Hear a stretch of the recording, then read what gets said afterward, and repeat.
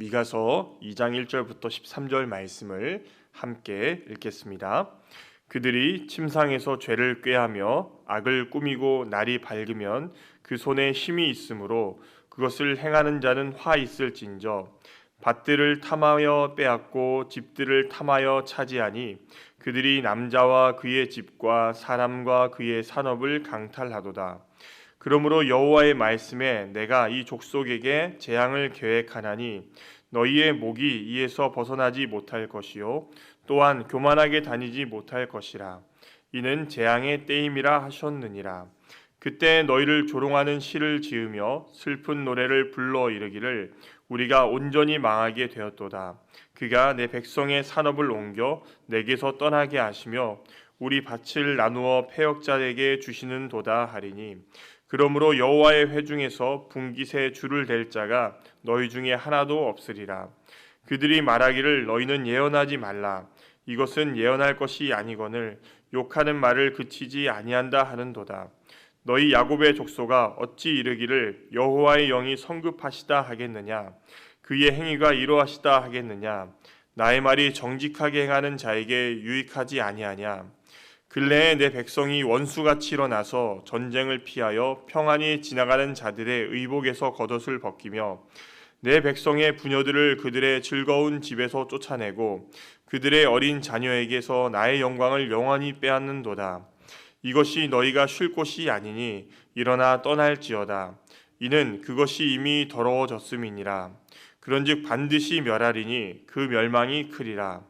사람이 만일 허망하게 행하며 거짓말로 이르기를 내가 포도주와 독주에 대하여 내게 예언하리라 할 것 같으면 그 사람이 이 백성의 선인자가 되리로다.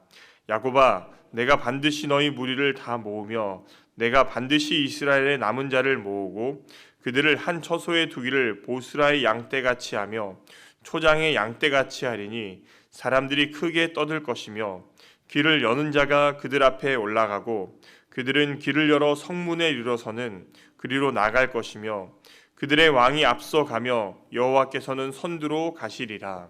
아멘. 미가 선지자는 그 당시 정치와 종교 지도자들이 그 죄악을 폭로하고 그리고 그 사람들이 받을 심판을 이렇게 선언합니다. 당시 정치 지도자들은 이웃과 땅과 집을 빼앗았습니다. 그리고 거짓 선지자들은 백성들에게 귀에 좋은 말만 전했습니다. 이 사람들의 공통점은 약한 사람들을 괴롭히는 그런 평화를 추구했다는 점입니다. 그러나 분명한 사실은 그들은 심판받을 것이고 하나님께서는 백성들에게 이 미가 선지자를 통해서 희망과 회복을 선포하고 계십니다. 오늘 말씀을 통해서 세 가지를 살펴보고자 합니다. 첫 번째는 1절부터 5절입니다. 악한 지도자들을 심판하시는 하나님을 보고 우리는 내 자신이 어떤 지도자인지를 좀 살펴봐야 합니다. 1절부터 5절에 보면은 먼저는 지도자들의 죄악이 나타납니다. 1절에 이 지도자들은 침상에서 죄를 꾀합니다. 또 악을 꾸밉니다. 날이 밝으면은 그들의 손이 힘이 있기에 이 악행을 행한다 이렇게 나타나고 있습니다. 여기 대해서 미가 선지자는 분명하게 말합니다. 그것을 행하는 자는 화 있을진저 이렇게 말합니다. 2절에 보면은 지도자들의 죄악이 계속 나타나는데 그들은 밭을 탐하고 또 빼앗습니다. 집들을 탐하고 차지합니다. 남자와 그의 집과 그의 산업을 강탈한다 말하고 있습니다.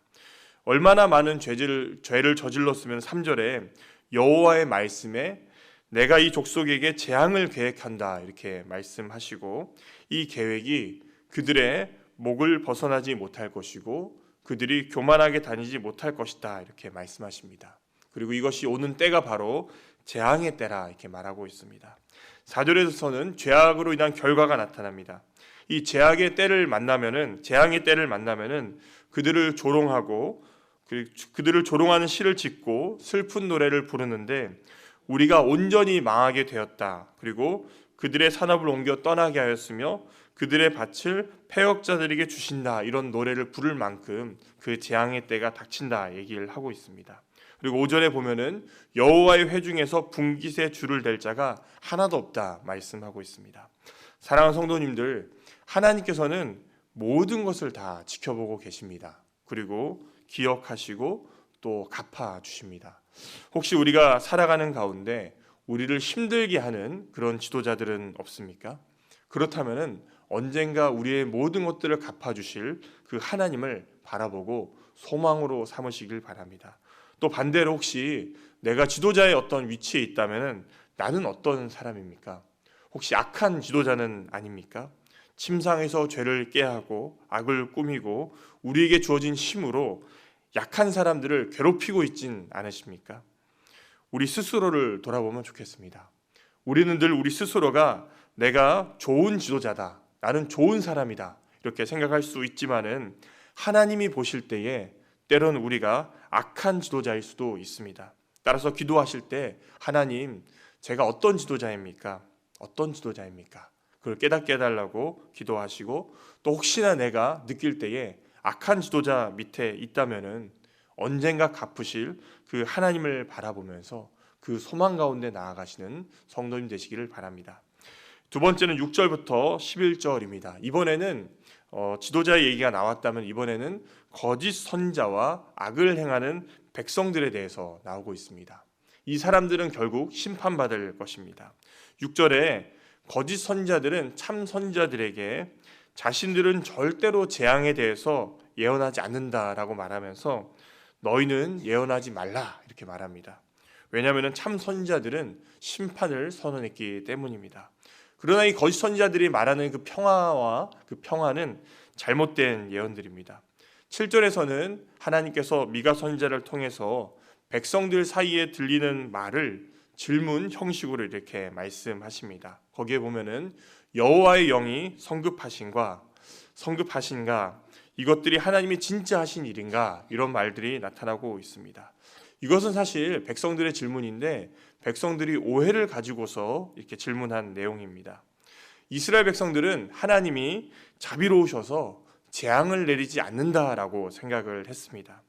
만일 재앙을 내리셨다면은 지금 이 재앙은 이유 없는 성급한 분노라고 생각을 했습니다.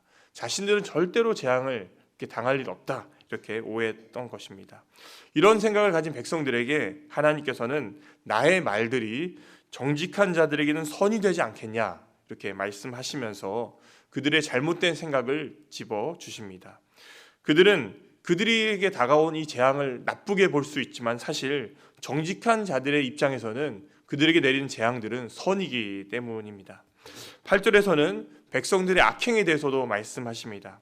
그들은 전쟁을 피해서 안전한 장소를 찾아가는 피난민들의 의복과 겉옷을 빼앗아서 그 생명을 위협했습니다. 집을 지키는 여자들의 즐거운 그 집을 그리고 그녀의 어린 아이들에게서 하나님의 영광을 영원히 빼앗는 그런 모습들이 나타납니다. 이런 죄악을 저지른 백성들은 결국 자녀들이 이방인들에게 빼앗길 것이고 불의가 넘쳐나는 그 땅은 더 이상 안전한 장소가 되지 못할 것입니다. 그래서 하나님께서는 10절에 이것은 너희가 쉴 곳이 아니기 때문에 떠나야 한다 말씀하시고 반드시 그 땅을 멸하실 것인데 그 멸망이 클 것이다 이렇게 말씀합니다. 특별히 11절 말씀은 당시 거짓 선지자들은 바람처럼 이 실체가 없는 허망한 것을 쫓아다녔습니다. 또한 거짓으로 남을 속이면서 고작 예언하는 것이 포도주와 또 독주였습니다. 이 포도주와 독주는 즐거움과 기쁨과 풍요를 뜻하는데 당시 이스라엘은 아수르의 침략으로 굉장히 위태로운 상황이었습니다. 그러나 거짓 선지자들은 걱정하지 마라. 하나님께서 우리를 지키실 것이다. 그리고 더욱더 즐겁고 풍요롭게 해주실 것이다. 이런 앞을 내다볼 수 없는 절망적인 그런 상태 가운데서 회개가 아니라 거짓 평화를 이렇게 외치거나 그런 것을 선포한 것입니다. 그래서 미가는 잡을 수 없고 바람과 같은 이 속임수에 불과하다고 말하면서 그들의 잘못을 이렇게 지적하고 있습니다. 사랑하는 성도님들, 사실 이 미가 선지자가 말하고 있는 이 시대와 오늘날은 어떻게 보면 비슷한 부분이 많습니다. 왜냐하면은 오늘날에도 여전히 거짓 예언들이 난무한 시대를 살고 있기 때문입니다. 오늘날 거짓 예언은 무엇이냐? 이렇게 하면 잘 살 수 있다. 이렇게 하면 잘 될 수 있다. 보이지 않는 미래 속에서 자꾸 무엇인가를 던지면서 이야기한다는 것입니다. 그런 시대 속에 우리가 살고 있고 우리도 모르게 그것들을 붙잡으려고 하는 모습들이 있습니다. 또 이 시대를 보면은 모두가 함께 잘 사는 것을 추구하는 것이 아니라 누군가의 것을 빼앗아서 잘 되는 그런 사회 속에서 우리가 살고 있습니다. 그런데 하나님께서는 분명하게 말씀하십니다. 불이하게 얻는 그 수익은 결코 안식이 될 수가 없고 멸망할 것이라고 말씀하고 있습니다. 이러한 가운데 우리가 붙잡아야 될 참 소망은 무엇입니까? 바로 예수 그리스도이십니다. 따라서 예수님을 붙잡고서 세상에 거짓된 예언과 거짓된 것들을 붙드는 것이 아니라 예수님을 붙들고서 그 안에서 참된 안식을 누리고 소망을 가지시며 은혜로 이 하루를 사시는 모든 성도님 되시길 바랍니다. 마지막입니다. 12절부터 13절입니다. 하나님께서는 남은 자를 모으시고 회복을 주실 것입니다. 이제 긴 심판의 선언 후에는 미가는 짧게 아주 강력하고도 좋은 그리고 회복의 메시지를 전하고 있습니다. 12절에 야곱아 이렇게 부르시면서 하나님께서는 반드시 무리들을 다 모으시고 반드시 이스라엘의 남은 자를 모아서 그들을 한 처소에 두신다 이렇게 말하고 있습니다. 여기 보면 반드시가 2번이나 이렇게 나오고 있습니다. 이때 보스라의 양떼같이 하고 초장의 양떼같이 한다 이렇게 말씀하시는데 보스라는 무엇일까요? 보스라는 우리를 뜻합니다. 그러니까 양우리 이렇게 지켜주는 우리를 뜻하고요. 결국 이것은 안전한 장소를 의미합니다. 또 초장은 풍요로움을 뜻합니다. 따라서 하나님께서는 심판이 내리지만은 그 이후에 그들을 다 모으셔서 이 백성들을 안전한 장소와 풍요로운 곳에 두겠다. 이렇게 회복과 소망의 말씀을 말씀하신 것입니다. 그렇기 때문에 그들은 이 말씀에 보면은 사람들이 크게 떠들 것이다. 이것은 정말 기뻐서 이렇게 얘기한다는 것을 볼 수 있습니다. 또 13절에 보면은 그때 성문으로 백성을 인도하는 자가 있습니다.